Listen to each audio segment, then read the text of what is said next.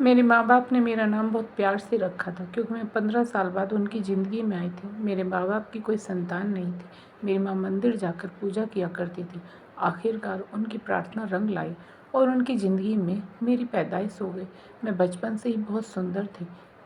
इसी वजह से मेरी माँ ने मुझे पहली बार देखकर ही मेरा नाम आरती रख दिया था।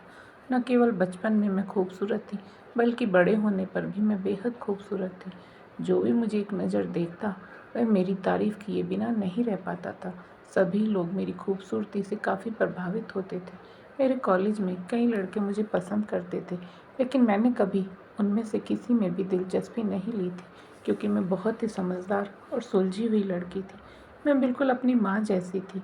उन्होंने मुझे घर गृहस्थी और बाकी सारे काम बहुत अच्छे से सिखाए थे। इसी वजह से मैं हर हफ्ते अपनी माँ के साथ मंदिर जाया करती थी और वहाँ जाकर पूजा करती थी। न केवल चेहरे से बल्कि मैं दिल से भी सुंदर थी। जो कोई भी गरीब लाचार मुझे नज़र आता, मैं आगे बढ़कर उसकी मदद करती थी। यही वजह थी कि मोहल्ले और आसपास के सभी लोग मुझे बहुत पसंद करते थे। जब भी मैं अपनी माँ के साथ मंदिर जाती, तो वहाँ हमेशा एक बूढ़ी औरत बैठी हुई दिखाई देती थी। मैं हमेशा उसकी मदद करती थी। कभी घर से उसके लिए कपड़े ले जाती, तो कभी कोई और चीज़ ले जाती थी। बदले में वह मुझे ढेर सारी दुआएं देती थी। अब मेरी पढ़ाई भी पूरी हो गई थी और अब मेरे माँ-बाप दोनों यही चाहते थे कि मेरी शादी किसी अच्छे और बड़े घर में हो जाए। हम लोग ज़्यादा अमीर नहीं थे। मेरे पापा की सरकारी नौकरी थी और हमने एक बहुत अच्छी ज़िंदगी बिताई थी। लेकिन मेरी माँ चाहती थी कि मेरी शादी एक बड़े अमीर घर में हो और मैं वहाँ राज करूँ।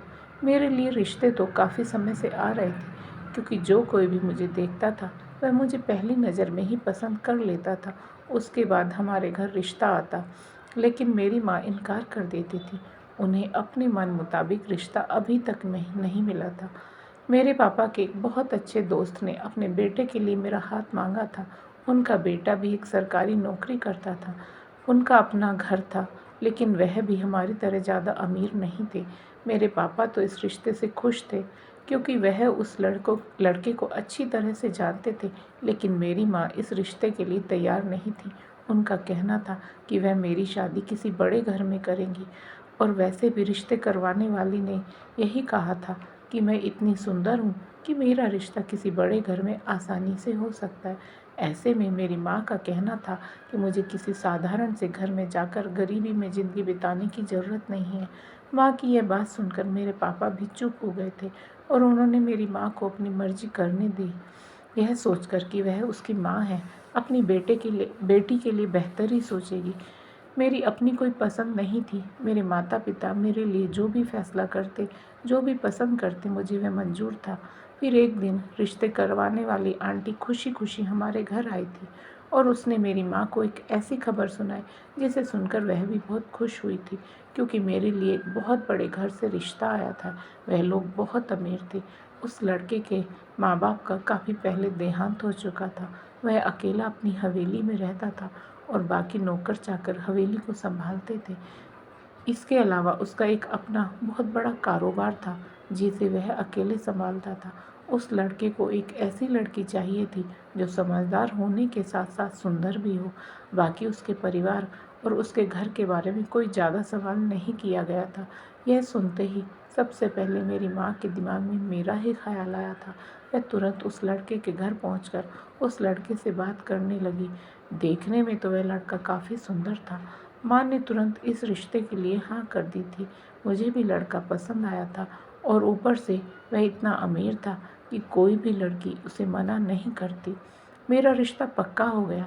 मेरे पापा थोड़े चिंतित थे, यह सोचकर कि जिस घर में उन्होंने मेरा रिश्ता किया था, वह कोई साधारण घर नहीं था।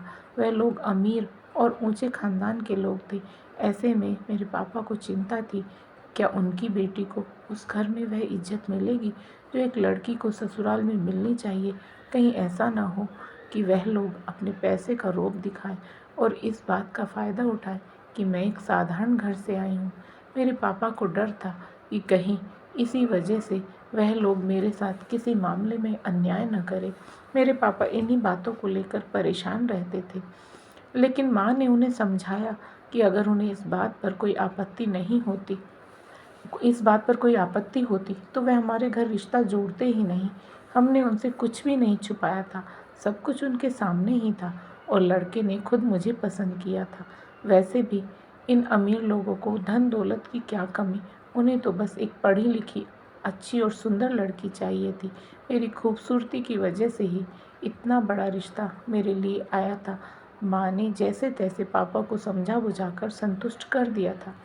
राजीव के साथ मेरी सगाई हो गई थी, लेकिन मेरी उससे ज़्यादा बातचीत नहीं होती थी। सगाई के बाद बस एक बार ही मेरी उससे मुलाकात हुई थी। उस मुलाकात में उसने सिर्फ मुझे देखा था और 2-4 सवाल ही पूछे थे। इसके अलावा कोई ख़ास बात नहीं हुई थी। पहली मुलाकात में ही मुझे समझ आ गया था कि वह व्यक्ति अपने काम से काम रखने वाला है और ज़्यादा किसी से बात नहीं करता। कुछ ही दिनों बाद घर में शादी की तैयारियां शुरू हो गई थी, क्योंकि राजीव का कहना था कि उसे जल्दी शादी करनी है ताकि उसके बाद वह अपने काम पर ध्यान दे सके। इसलिए वह चाहता था कि यह शादी जितनी जल्दी हो सके निपट जाए, उतना ही अच्छा है। माँ पापा को भी इस बात पर कोई आपत्ति नहीं थी। उन्होंने तुरंत शादी के लिए हाँ कर दी थी।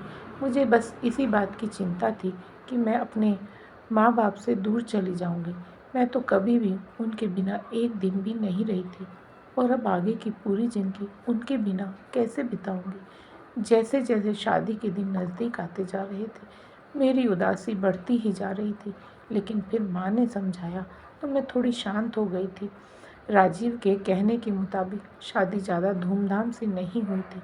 मंदिर में शादी हुई थी और वहीं से विदा होकर मैं हवेली आ गई थी। वह हवेली जो राजीव की थी। ये हवेली शहर से बाहर थी और आसपास दूर दूर तक कोई घर नहीं था। ऐसी वीरान जगह पर आकर एक पल के लिए तो मेरा दिल घबरा गया था। लेकिन जैसे ही मैं हवेली के अंदर पहुंची तो अंदर का नज़ारा देखकर मेरी आंखें चौंधिया गई थी, क्योंकि इतनी खूबसूरत हवेली मैंने आज तक नहीं देखी थी। जिस शानदार तरीके से उसे सजाया गया था, वह देखकर मेरी आंखें फटी की फटी रह गई थी। हवेली में मेरे और राजीव के अलावा बाकी सब नौकर थे जो वहाँ काम करते थे, और आज से इतनी बड़ी हवेली की मैं इकलौती मालकिन थी। मुझे अपनी आंखों पर और अपनी किस्मत पर यकीन नहीं हो रहा था।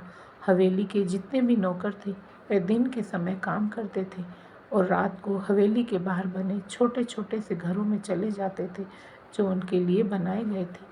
मुझे इस हवेली को देखने में पूरे 2 दिन लग गए थे, लेकिन फिर भी हवेली के कुछ हिस्से ऐसे थे जिन्हें मैंने अब तक नहीं देखा था। नौकरों के मुताबिक हवेली के उन हिस्सों में किसी का आना जाना नहीं होता, इसलिए मैंने भी वहाँ जाने की कोशिश नहीं की। राजीव ने शादी के अगले ही दिन से अपना काम संभाल लिया था। वह सुबह ही काम के लिए चले जाते थे। उन्होंने मुझसे कहा था कि हवेली के नौकर मुझे सब कुछ समझा देंगे और बता देंगे कि मुझे इस हवेली में किस तरह से रहना है। राजीव की यह बात मुझे कुछ समझ में नहीं आई थी कि मुझे किस तरह से इस हवेली में रहना है। शादी को 1 हफ्ता हो गया था और मैं एक बार भी अपने माँ बाप से मिलने के लिए उनके घर नहीं गई थी। हवेली की नौकरानी ने मुझे सब कुछ समझा दिया था कि मैं इस हवेली से राजीव की इजाज़त के बिना कहीं नहीं जा सकती।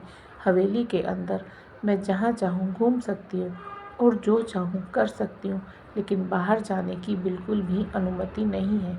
मेरा बहुत मन करता था कि मैं हवेली से बाहर निकलकर आसपास की जगह को देखूं, लेकिन ऐसा मुमकिन नहीं था। राजीव सुबह ऑफिस जाता और शाम को घर वापस आता। उसका सारा दिन अपने ऑफिस में ही गुजरता था और हवेली में भी सारे काम नौकर ही करते थे। उन्हें सारे काम समझाने के लिए एक खास नौकरानी मौजूद थी। शायद मैं यहाँ की सबसे खास नौकरानी थी, क्योंकि राजीव के सारे काम वही किया करती थी।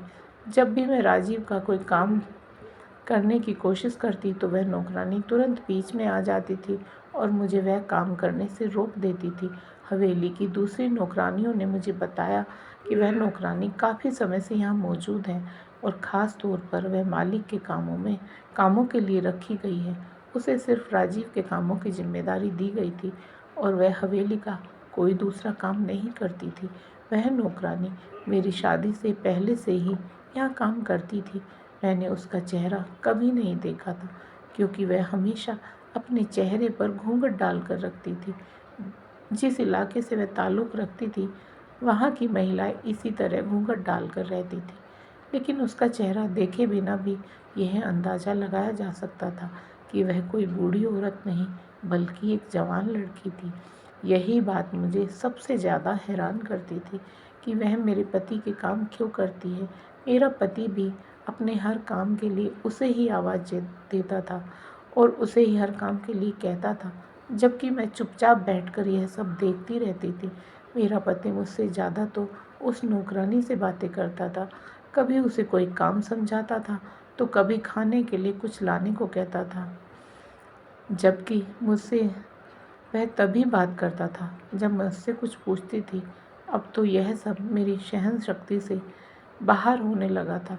जब मैं अपने पति से उसकी शिकायत करती, तो वह मुझे यह कहकर चुप करा देता था कि वह इस घर की नौकरानी है और नौकरानी का काम ही होता है काम करना। अगर वह उसे काम करने के लिए नहीं कहेगा, तो फिर उसने इन नौकरों को घर में रखा ही क्यों है। जब मैं अपने पति से कहती कि मैं आपके सारे काम अपने हाथों से करना चाहती हूँ, तो वह साफ इनकार कर देता। वह कहता कि मैं इस घर की मालकिन हूँ और वह मुझसे नौकरानियों वाले काम नहीं करवाएगा। वह नहीं चाहता कि उसकी पत्नी घर के काम काज करे। वह कहता कि जब वह ऑफिस से वापस आए, तो मुझे तैयार सजी सवरी देखे, ना कि कपड़े धोते हुए या खाना बनाते हुए।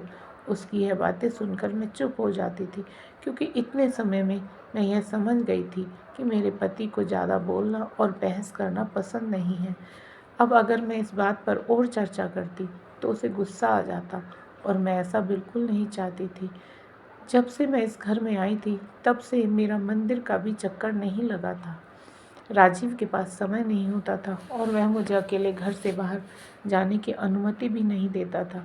मैंने कई बार राजीव से कहा था कि वह मुझे मेरे माँ बाप से मिलाने के लिए ले जाए, लेकिन वह हर बार यह कहकर बात टाल देता कि अभी उसके पास समय नहीं है। उसका कहना था कि मैंने अपनी पूरी ज़िंदगी अपने माँ बाप के साथ बिताई है, अब मुझे अपने घर पर ध्यान देना चाहिए और यहाँ दिल लगाने की कोशिश करनी चाहिए। वह यह भी कहता था कि उसे बिना वजह यहाँ वहाँ घूमना फिरना बिल्कुल पसंद नहीं है, इसलिए मुझे भी उसकी आदतों के अनुसार ही रहना होगा। उसने समझाया कि जितनी जल्दी मैं इस बात की आदत डाल लूँगी, उतना ही मेरे लिए बेहतर होगा। उस दिन के बाद मैंने भी कहीं जाने की जिद नहीं की और चुपचाप घर में ही सारा वक्त बिताने लगी थी। शाम होते ही हवेली के सभी नौकर अपने अपने काम ख़त्म करके हवेली से बाहर चले जाते थे, लेकिन वह खास नौकरानी सबके जाने के बाद भी हवेली में मौजूद रहती थी। जब मैं उससे कहती कि वह भी चली जाए, तो वह साफ कह देती कि जब तक साहब नहीं आते, वह यहाँ से नहीं जाएगी। उसे साहब को खाना देना है और उनके बाकी काम भी करने। इसके बाद जब उनकी इजाज़त होगी, तभी वह यहाँ से जाएगी। उसकी बातों से मुझे ऐसा लगता था कि मेरी बात की उसके सामने कोई अहमियत ही नहीं थी। यह सब मेरे पति की वजह से हो रहा था, वरना मैं तो उसे 1 मिनट भी घर में ना रहने देती, निकाल देती। लेकिन मेरे पति को पता नहीं क्या हो गया था कि वह इस बारे में कोई बात सुनना भी पसंद नहीं करता था। जब भी मैं उससे इस बारे में बात करने की कोशिश करती, तो वह मुझे डांटते हुए कहता कि मैं उससे घर के नौकरों की बातें ना करूं। उसका कहना था कि उसके पास इतना फालतू समय नहीं है। वह मेरे साथ बैठकर नौकरों की चर्चा करे। वह नौकरानी भी बहुत जिद्दी थी। मेरे बार बार कहने के बावजूद भी वह अपनी जगह से 1 इंच भी नहीं हटती थी। मुझे उसकी नीयत कुछ ठीक नहीं लगती थी। ऐसा लगता था कि जैसे वह मेरे पति को अपने वश में करना चाहती है। इसी वजह से वह उनके आगे पीछे घूमती थी और उनकी सेवा करती थी, ताकि वह उनका दिल जीत सके। लेकिन मैंने भी सोच लिया था कि मैं ऐसा हरगिज़ नहीं होने दूँगी, क्योंकि घर की मालकिन जो मैं थी। इसी तरह हमारी शादी को 3 महीने बीत गए। तभी हमें एक बहुत बड़ी खुशखबरी मिली और वह खुशखबरी यह थी कि मैं माँ बनने वाली थी। जब यह बात मेरे पति को पता चली तो उनकी खुशी का ठिकाना ही नहीं था। लेकिन उसके बाद उन्होंने जो बात मुझसे कही उसे सुनकर मैं हैरान और परेशान हो गई थी। मेरे पति का कहना था कि उन्हें बेटा ही चाहिए। उन्होंने मुझसे साफ कहा कि मैं इस बात को अच्छी तरह से अपने दिमाग में बैठा लूं कि उनकी बात सुनकर मैं समझ नहीं पा रही थी कि आखिर इसमें मेरा क्या हाथ हो सकता है। जो भी बच्चा इस दुनिया में आता वह बेटा होता या बेटी, यह मेरे बस में नहीं था। लेकिन जिस गुस्से में उन्होंने मुझसे ये बात कही थी उससे मैं डर गई थी और फिर अगले ही दिन मैंने मंदिर जाने का फैसला किया। मैंने अपने पति से कहा कि वह मुझे अपने साथ मंदिर ले चले ताकि मैं वहां जाकर भगवान से मन्नत मांग सकूं और पूजा कर सकूं जिससे हमारी औलाद बेटा हो। मेरी बात सुनकर मेरे पति कुछ देर तो चुप रहे और फिर बोले कि अगर तुम सच में वहां जाकर पूजा करोगे तो क्या हमारा बेटा ही होगा। मुझे समझ नहीं आ रहा था कि मैं क्या जवाब दूं, लेकिन भगवान पर भरोसा रखते हुए मैंने हाँ कह दिया था। यह सुनकर मेरे पति की खुशी का कोई ठिकाना ही नहीं था। उन्होंने कहा कि वह मुझे अगले दिन ही मंदिर ले जाएंगे। इस तरह शादी के 3 महीने बाद आज मैं पहली बार मंदिर आई थी। मैं जो हर हफ्ते यहाँ आती थी और पूजा करती थी, इतने दिनों बाद यहाँ आकर मेरे दिल को बहुत सुकून मिला था।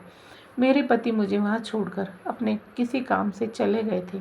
मैंने उन्हें बताया कि मुझे यहाँ कम से कम आधा घंटा लग सकता है और उनके पास इतना समय नहीं था कि वह यहाँ पर बैठकर मेरा इंतज़ार कर सके। इसलिए वह मुझे यह कहकर छोड़ गए थे कि आधे घंटे बाद आकर मुझे ले जाएंगे। मैंने अपनी पूजा पूरी की और जैसे ही सीढ़ियों से नीचे आई तो वही बुजुर्ग महिला मुझे वहाँ बैठी हुई दिखाई दी थी। उसने भी मुझे देख लिया और जल्दी से भागते हुए मेरे पास आई थी। उसने मेरा हालचाल पूछा और कहा कि मैं पिछले 3 महीने से यहाँ क्यों नहीं आई। तो मैंने उसे शुरुआत से लेकर अंत तक सारी बात बता दी कि कैसे मेरी शादी हो गई और अब मैं अपने ससुराल में रहती हूँ। वहाँ से हर हफ्ते मंदिर आना मेरे लिए मुमकिन नहीं है। मेरी बात सुनकर वह बहुत खुश हो गई थी। लेकिन जब उसने मुझसे पूछा कि मेरी शादी कहाँ हुई है और तब जब मैंने उसे अपने पति और हवेली के बारे में बताया तो उसके चेहरे का रंग उड़ गया था। यह सुनकर वह मुझसे 2 कदम पीछे हट गई। इसके बाद जो बात उसने मुझसे कही, यह सुनकर मैं आंखें फाड़े उसे ही देखे जा रही थी। उसने कहा कि तुम तुरंत उस घर को छोड़ दो, यही तुम्हारे लिए सही होगा, वरना सब कुछ बर्बाद हो जाएगा। वह ऐसा क्यों कह रही थी, मुझे कुछ समझ नहीं आ रहा था। इससे पहले कि मैं हर बात विस्तार से उससे पूछती, मेरा पति वहाँ गया था। उसने मुझे चलने को कहा और मैं भी चुपचाप अपने घर वापस आ गई थी। अब मेरे पति ने मेरे कमरे से बाहर निकलना बंद कर दिया था। उसे अपने आने वाले बच्चे की मुझसे भी ज़्यादा चिंता थी। वह बात बात मुझे हर बात मुझे यही कहता था कि बस पूरा दिन उसी कमरे में बिताऊं। मुझे बाहर जाने की ज़रूरत नहीं है। जो भी चीज़ मुझे चाहिए हो मैं नौकरों से कह दिया करूं, वह मुझे वही चीज़ें यहाँ लाकर दे देंगे। मुझे अपनी सेहत का बहुत ख्याल रखना होगा। वह अपने बच्चे के मामले में किसी भी तरह की कोई लापरवाही सहन नहीं करेगा। अपने पति से यह सब सुनकर मुझे बहुत हैरानी होती थी। वह इस तरह बात करता था जैसे यह केवल उसी की संतान थी और मेरा उससे कोई लेना देना नहीं था। ऐसा लगता था जैसे उसने सिर्फ उस बच्चे के लिए मुझसे शादी की थी। अब मेरा सारा दिन उसी कमरे में गुजरता था। नौकरानी मुझे वहीं पर सब कुछ दे जाती थी।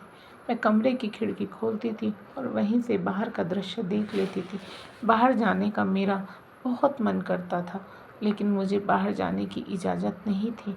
मुझे ऐसा लगने लगा था कि जैसे मैं इस कमरे में कैद हो गई हूँ और वह नौकरानी जो मुझे पहले से ही पसंद नहीं थी, वह पूरे घर पर अपनी मर्जी चलाने लगी थी। एक दिन इसी तरह से अपने पति की गैर मौजूदगी में मैं कमरे से बाहर निकली थी और जब मैं नीचे हॉल में आई तो मैंने देखा वही बुजुर्ग महिला जो मंदिर में मुझे मिली थी, वह मेरी हवेली के बाहर खड़ी थी। एक नौकरानी उसे धक्का देकर दरवाज़ा बंद कर दिया था। जब मैंने उस नौकरानी से पूछा तो उसने कहा कि यह औरत पागल है, थोड़ी थोड़ी देर में यहाँ आ जाती है। अभी थोड़ी देर पहले से ही उसे खाना दिया था। दिया है, फिर से वह वापस आ गई है। वह महिला पागल तो बिल्कुल नहीं थी, मैं उसे बहुत अच्छे से जानती थी। तो फिर यह नौकरानी उसे पागल क्यों कह रही थी? नौकरानी ने मुझे मेरे कमरे में जाने को कहा और यही कहा कि उनके साहब ने सख्त मना किया है कि मैं कमरे से बाहर ना निकलूं और वहीं आराम करूं। अगर मुझे कोई चीज़ चाहिए होगी तो वह मुझे कमरे में लाकर दे देगी।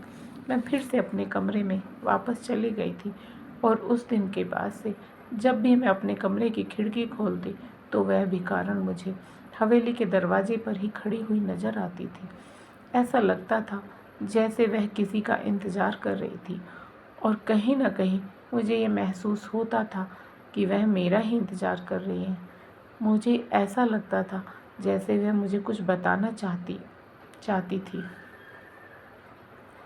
जिसके लिए वह रोज़ाना यहाँ आती थी। यकीनन कोई बहुत बड़ी बात थी जिससे मैं अनजान थी, लेकिन ऐसा क्या था इस हवेली में जो मैं नहीं जानती थी? मैं पूरा दिन कमरे में बैठकर यही सोचती रहती थी। मेरा पति जब अपने ऑफिस से वापस आता तो कुछ देर मेरे पास बैठता और फिर मुझे सोने को कहकर कमरे से बाहर निकल जाता था। इसके बाद रात देर तक वह कमरे में वापस नहीं आता था। मुझे समझ नहीं आ रहा था कि इस तरह हवेली में यह सब क्या हो रहा है। अगर मैं अपने पति से इस बारे में बात करती तो वह मुझ पर गुस्सा करता और मुझे चुप करवा देता। एक रात इसी तरह से मैं सोने के लिए लेट गई थी और मेरा पति मेरे सोने के बाद कमरे से बाहर निकल गया था। मुझे काफ़ी प्यास लगी थी।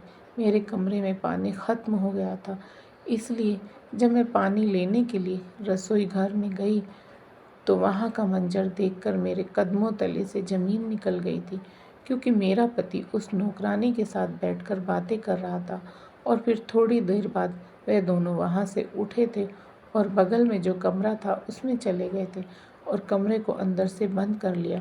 यह देखकर तो मेरे पाँव फूलने लगे थे। मेरा शक बिल्कुल सही साबित हुआ था। इस औरत की यही चालाकी थी। वह मेरे पति को अपने जाल में फंसा लेना चाहती थी और इसमें वह सफल भी हो गई थी। मेरे कमरे में रहने का उसने फ़ायदा उठाया था।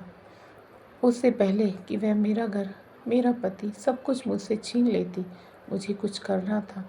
लेकिन इससे पहले मुझे यह जानना था कि वह बुजुर्ग महिला मुझे क्या बताना चाहती थी और वह हर रोज़ क्यों यहाँ आकर खड़ी हो जाती थी।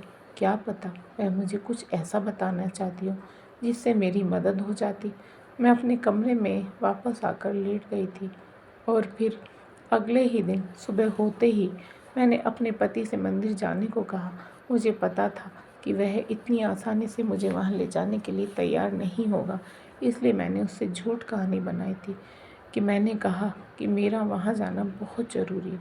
मुझे फिर से अपनी मन्नत मांगनी होगी और एक पूजा करनी होगी। मैंने अपने पति से कहा कि पंडित जी ने मुझे यह कहा था कि अगर मुझे वाकई बेटा चाहिए तो मुझे महीने में एक बार मंदिर जाकर पूजा करनी ही होगी और गरीबों को खाना खिलाना होगा। मैं जानती थी कि बेटे के लिए मेरा पति कुछ भी करने के लिए तैयार हो जाएगा और वह मेरी यह बात मान लेगा। जैसा मैंने सोचा था वैसा ही हुआ। यह सुनकर मेरा पति तुरंत राजी हो गया था और वह मुझे अपने साथ मंदिर ले आया। मुझे वहाँ छोड़कर वह अपने काम से चला गया था। मैंने अपनी पूजा पूरी की। उसके बाद मैं उसी महिला के पास आ गई। मुझे वहाँ देखकर वह काफ़ी खुश हो गई थी। उसने मुझसे कहा कि वह बहुत बार हवेली मुझसे मिलने के लिए आई थी, लेकिन कभी किसी ने उसे अंदर नहीं जाने दिया था। मैंने बिना समय बर्बाद किए उससे पूछा कि वह मुझसे क्यों मिलना चाहती थी और उस दिन जब मैंने अपने पति और अपने घर के बारे में उसे बताया था तो वह इतनी परेशान क्यों हो गई थी। मेरी इस बात के जवाब में जो बात उसने मुझे बताई उसे सुनकर ऐसा लगा जैसे अभी ज़मीन फट जाएगी और मैं उसमें समा जाऊं, क्योंकि उस महिला ने जो हकीकत हवेली के बारे में मुझे बताई थी उस पर यकीन करना मेरे लिए बहुत मुश्किल था। उस महिला ने मुझे बताया कि वह हवेली दिखने में जितनी खूबसूरत है उतनी ही भयानक उसके अंदर राज दफन है। वहाँ पर मेरी जान को खतरा है। मुझे जल्द से जल्द उस हवेली को छोड़ देना चाहिए और अपने माँ बाप के घर वापस लौट जाना चाहिए। अगर मैंने ऐसा नहीं किया तो मेरे साथ कुछ भी हो सकता है। उसने हवेली के बारे में बहुत सुना था और वहाँ का मालिक एक बहुत ही खुदगर्ज इंसान है, जो अपने उद्देश्य को पाने के लिए किसी भी हद तक जा सकता है। कहीं ऐसा ना हो कि वह मुझे भी अपने किसी उद्देश्य के लिए इस्तेमाल करे और फिर मुझे छोड़ दे। उस औरत ने मुझे कहा कि मैंने इतने समय तक उसकी मदद की है, इसलिए वह मुझे सच बताना चाहती थी। इसलिए वह बार बार हवेली के बाहर आकर मेरा इंतज़ार करती थी ताकि वह मुझे यह सब कुछ बता सके। और इसके साथ उसने मुझे एक और बहुत बड़ी बात बताई। उसने बताया कि मुझसे पहले भी हवेली की एक मालकिन हुआ करती थी, जो मेरी ही तरह साफ दिल वाली और बहुत सुंदर थी। वह भी मंदिर पूजा करने के लिए आया करती थी और उस बुजुर्ग औरत की दिल खोलकर मदद करती थी। लेकिन फिर अचानक उसने आना बंद कर दिया और कोई नहीं जानता कि वह कहाँ गई। वह औरत मेरे पति की पत्नी थी। इसका मतलब यह था कि राजीव ने मुझसे दूसरी शादी की थी और उसने अपनी पहली पत्नी के बारे में मुझे कुछ नहीं बताया था। वह कौन थी और कहाँ गई चली गई, कोई नहीं जानता था। इसलिए उस औरत ने मुझे सारी हकीकत बताई थी। उसने कहा कि मुझसे पहले जो औरत हवेली में थी, वह इस हवेली से अचानक गायब हो गई थी और अब मुझे भी जल्द से जल्द ये हवेली छोड़ देनी चाहिए, वरना कुछ भी हो सकता था। लेकिन मैं ऐसा कैसे कर सकती थी? मैं हवेली को कैसे छोड़ सकती थी? मुझे समझ नहीं आ रहा था कि क्या करूं। मेरे पति वापस आ गए थे और अब मुझे हवेली वापस जाना था। मुझे हर हाल में यह जानना था कि मेरे पति की पहली पत्नी कहाँ चली गई थी और उसने यह बात मुझसे क्यों छिपाई थी। मैं इस रहस्य को जानना चाहती थी। इसलिए जैसे ही रात होती तो मेरा पति कमरे से बाहर चला जाता और फिर मैं भी अपने कमरे से बाहर निकलकर हवेली के हर कमरे में जाती और देखती कि हो सकता है कहीं से तो मुझे मेरे पति की पहली पत्नी के बारे में कोई जानकारी मिल जाए, उसकी कोई तस्वीर या कोई और सामान हवेली में मौजूद हो।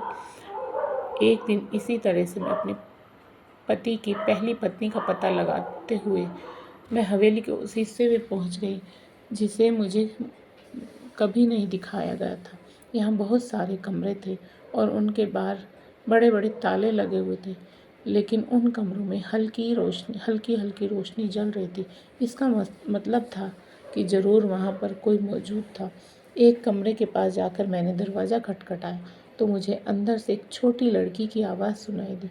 मैंने जल्दी से ताला तोड़ दिया और जब मैंने कमरे के अंदर देखा तो एक औरत एक छोटी सी बच्ची को अपने गले से लगाकर बैठी हुई थी।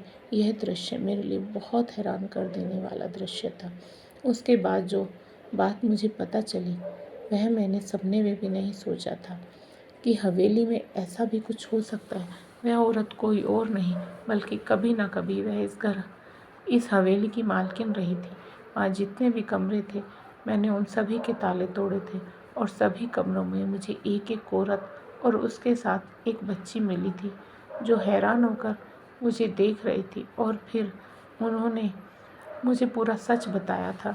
हवेली का मालिक और यहाँ की मालकिन दोनों ही बहुत स्वार्थी थे और वह दोनों मिलकर यह सब कुछ कर रहे थे। उन्हें अपनी हवेली के लिए बेटा चाहिए था जो उनका वारिस बन सके। मालिक की पत्नी माँ नहीं बन सकती थी, इसलिए बेटे के लिए उसने अपने पति से दूसरी शादी करवा दी। लेकिन जब दूसरी पत्नी से बेटे के बजाय बेटी हुई तो वह खुदगर्ज औरत और उसके पति ने उन्हें हवेली के उस कमरे में बंद कर दिया और फिर किसी और खूबसूरत लड़की से शादी कर ली। इस तरह से मेरे पति ने 4 शादियाँ की थी और हर बार बेटी होने पर वह अपनी पत्नी और बेटी को हवेली के उस हिस्से के एक कमरे में बंद कर देता था, क्योंकि उसे सिर्फ और सिर्फ बेटा चाहिए था। इस घर में जो नौकरानी थी वह असल में कोई और नहीं थी बल्कि वह यहाँ के मालिक की पहली पत्नी थी और हवेली की असल मालकिन थी। वही सब कुछ करवा रही थी। अब मुझे सब कुछ समझ में आ गया था कि मेरा पति बात बात पर बेटे की फरमाइश क्यों करता था। कोई इतना खुदगर्ज कैसे हो सकता है, मैं सोच भी नहीं सकती थी। मैंने उन 4 महिलाओं को, जिनके साथ छोटी छोटी बेटियां थीं, उन बंद कमरों से आज़ादी दिलाई थी। अब वक्त आ गया था कि उस खुदगर्ज इंसान को उसके किए की सज़ा दी जाए, जिसने सिर्फ बेटे के लालच में इतनी महिलाओं और बच्चियों की ज़िंदगी बर्बाद की थी। मुझे अपने पति की सारी सच्चाई मालूम हो गई थी, इसलिए वह रात को उठकर अपनी पहली पत्नी के पास चला जाता था और अपने सारे काम उसी से करवाता था, क्योंकि वह कोई नौकरानी नहीं थी, बल्कि वह उसकी पहली पत्नी थी। मैंने अपने पति के खिलाफ पुलिस में रिपोर्ट की थी और मेरे पति की बाकी पत्नियों ने भी उसके खिलाफ गवाही दी थी। इसके बाद वह पुलिस ने मेरे पति को उन लड़कियों को हवेली में कैद करने और धोखा देने के आरोप में पकड़ लिया था। उन सभी महिलाओं ने अपनी अपनी बेटियों के साथ अपने माँ बाप के घर लौटने का फैसला किया। मैं भी हवेली छोड़कर अपने घर लौट आई थी और फिर कुछ ही महीनों बाद मेरे घर बेटा हुआ, जो सिर्फ और सिर्फ मेरा था। मैंने अपने पति को इस बारे में कुछ नहीं बताया। मैंने खुद से वादा किया था कभी भी इस इंसान को अपने बेटे तक नहीं पहुंचने दूंगी। मैंने वह हवेली छोड़ दी और इस इंसान से सारे रिश्ते तोड़ दिए, जबकि उस हवेली पर मेरे बेटे का भी हक था। परंतु मुझे और मेरे बेटे को ऐसी दौलत की कोई ज़रूरत नहीं थी जो एक इंसान के भीतर से सारी इंसानियत, हमदर्दी और मोहब्बत को समाप्त कर दे। जिस इंसान के भीतर इंसानियत नहीं, हमदर्दी नहीं, उसके दिल में किसी के लिए प्यार नहीं, वह इंसान हो ही नहीं सकता था। तो दोस्तों, आपको आज की कहानी कैसी लगी, कृपया कमेंट करके अवश्य बताएं। और यदि आपको कहानी पसंद आई हो तो कहानी को लाइक करें, शेयर करें, साथ ही एक और कहानी चैनल को सब्सक्राइब करें। फिर मिलेंगे दोस्तों एक और नई कहानी को लेकर। तब तक आप अपने परिवार के साथ हंसते रहिए, मुस्कुराते रहिए, खुश रहिए। राधे राधे प्यारे दोस्तों।